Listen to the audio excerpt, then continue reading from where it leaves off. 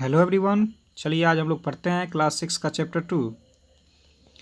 तो मैं थोड़ा सा पहले बता देना चाहता हूँ कि चैप्टर 2 जो है आपका वो एक टेस्टामेंट है, टेस्टामोनियल है, जिसमें कि पंडित जवाहरलाल नेहरू ने अपना इच्छा व्यक्त किया था। तो आइए चालू करते हैं चैप्टर 2 आपका। तो देखिए चैप्टर 2 जो आपकी टाइटल है उस लेसन की वो है द गंगा। यहाँ पे आप देख सकते हैं कि मैंने पूरे चैप्टर से जो भी मुझे हार्ड वर्ड लगा उसको मैंने यहाँ पे लिख दिया है ताकि आप आराम से समझ जाएं कि ये इसका मतलब क्या होता है। आप पढ़ने में आपको आसानी होगी इससे। देख लें यहाँ पे फ्रैक्शन मतलब हिस्सा, प्रीसियस मतलब बहुमूल्य, अफेक्शन मतलब प्रेम। तो यहाँ पे नीचे मैंने काफ़ी सारा लिखा है और आपको ये PDF के रूप में भी मिल ही जाएगा। नीचे इस वीडियो के डिस्क्रिप्शन में आप देखें, क्लिक करके वहाँ पर आपको आराम से वो मिल जाएगी। चलिए अब चैप्टर पे आते हैं हम। The Ganga. I have received so much love and affection from the Indian people that nothing that I to do can repay even a small fraction of it. अब देखिए इसका मतलब क्या होगा। तो लेखक जो हैं वो हैं पंडित नेहरू। तो वो कह रहे हैं कि मुझे भारतीय लोगों से इतना प्यार स्नेह मिला है कि कुछ भी करके मैं इसके एक छोटे से हिस्से को भी नहीं चुका सकता। And Indeed, there can be no repayment of so precious a thing as affection.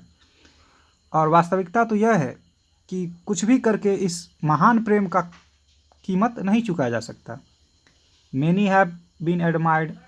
कई लोगों का प्रशंसा किया गया है। Some have been rewarded. कई लोगों को सम्मान मिला है, सम्मान, आदर। But the affection of all classes of the Indian people has come to me in such abundant measure that I have been overwhelmed by it. लेकिन जिस तरह से भारत के सभी वर्गों के लोगों द्वारा जितना मुझे प्रेम मिला है, जिस प्रचुर मात्रा मुझे प्रेम मिला है, उससे मैं अभिभूत हो गया हूँ। I can only express the hope that in the remaining years I may live, I shall not be unworthy of my people and their affection. मैं आशा ही व्यक्त कर सकता हूँ कि आने वाले समय में, बचे हुए समय में, मैं अपने लोगों का और उनके प्रेम के योग्य बना रहूं। To my innumerable comrades and colleagues, मेरे असंख्य साथी और सहकर्मी का भी मैं I owe an even deeper depth of gratitude, मैं उनका भी गहरा कर्जदार हूँ, कृतज्ञ हूँ। We have been joint partners in great undertakings and have share the triumph and sorrow which certainly accompany them. हम लोगों ने बहुत सारे उपक्रमों और कार्यों में साझेदारी की है। मैं और उनके जीत में और दुख में साथ रहे हैं। When I die, I should like my body to be cremated. If I die in a foreign country, my body should be cremated there and my ashes sent to Allahabad. अब ये कह रहे हैं कि जब मैं मर जाऊं तो उसका दाह संस्कार मेरे शरीर का कर दिया जाए। यदि मैं विदेश में मरता हूं तो मैं वहां पे मेरे शरीर का, पार्थिव शरीर का दाह संस्कार कर दिया जाए और राख को इलाहाबाद लाया जाए। A small handful of these ashes should be thrown in the Ganga and the major portion of them disposed of in the manner indicated below. मैं चाहता हूं कि मेरी राख का एक मुट्ठी गंगा में प्रवाहित कर दिया जाए और बड़ा सा हिस्सा नीचे दिए गए हिसाब से डिस्पोज किया जाए।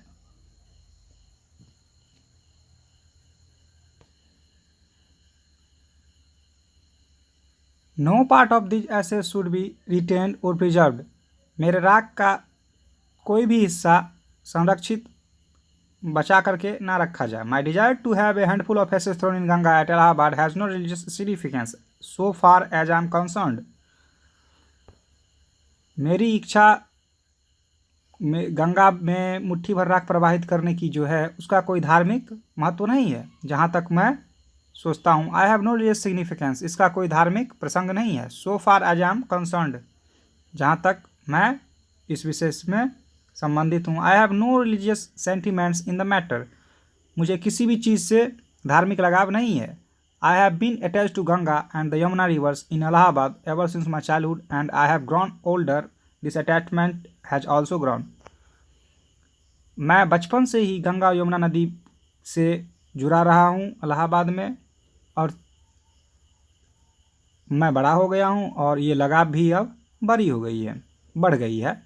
आई have watch their varying moods as the seasons changed and have often thought of the history, myth, tradition, song and story that have been attached to them. मैंने उनके बदलते हुए ऋतुओं के साथ उनकी अवस्थाओं को देखा है। मैंने उनके इतिहास, मिथक, परंपरा, गीत और कहानियों को सुना है, जिससे मुझे ज़्यादा लगाव हुआ है। Through the long ages and become the part of their flowing waters, और मैं काफ़ी वर्षों से इस तरह से उनके पानी के बहाव के साथ लगाव जुड़ता गया है। The Ganga specially is the river of India,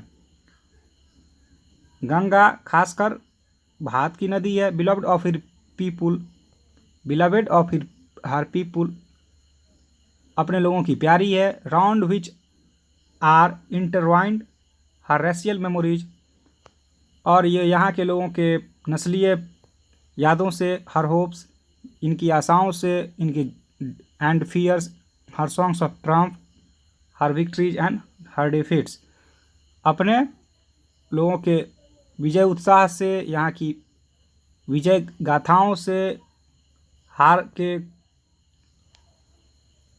कथाओं से। Has been a symbol of India's long culture and civilisation, ever changing, ever flowing and yet the same Ganga. यह भारत की सदियों पुरानी सभ्यता और संस्कृति का प्रतीक रही है, हमेशा से बहती रही है, फिर भी वही गंगा है। She reminds me of the snow-covered peaks and the deep valleys of the Himalayas. यह मुझे बर्फ से ढकी चोटियों और गहरी वादियों, हिमालय के वादियों की याद दिलाती है। Which I have loved so much, जिसे मैं बहुत प्यार करता था, बहुत प्यार किया हूँ। Of the rich and vast plains below, और इसके नीचे विशाल समृद्ध मैदान।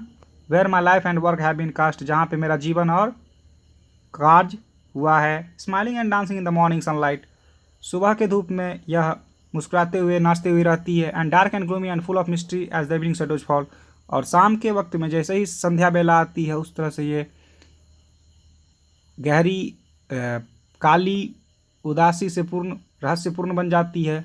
A narrow slow and graceful stream in winter, एक संकरी, धीमी और पतली स्टीम धारा बन जाती है सर्दी में। And vast roading thing during the monsoon, और बरसात के समय में एक ये गर्जना करने वाली भयानक चीज़ बन जाती है।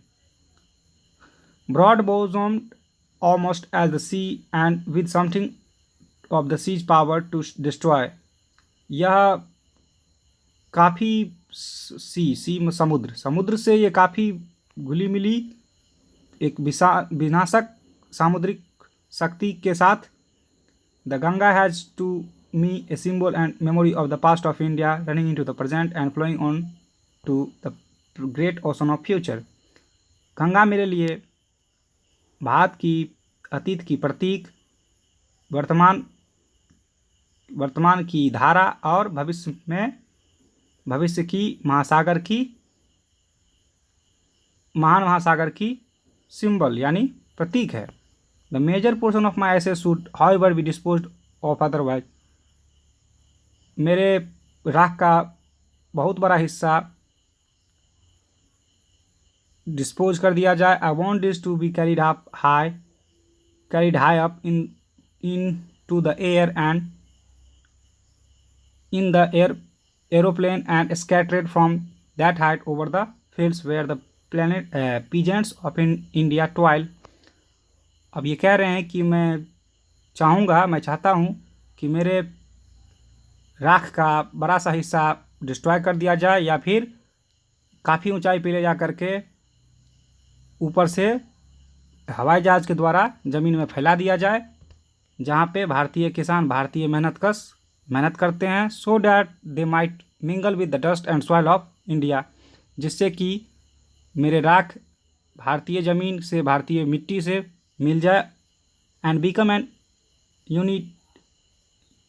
अनआइडेंटिफाइड पार्ट ऑफ इंडिया, और भारत के अभिन्न अंग बन जाएं। I have written this will and testament in New Delhi on the 21st day of June in the year 1954।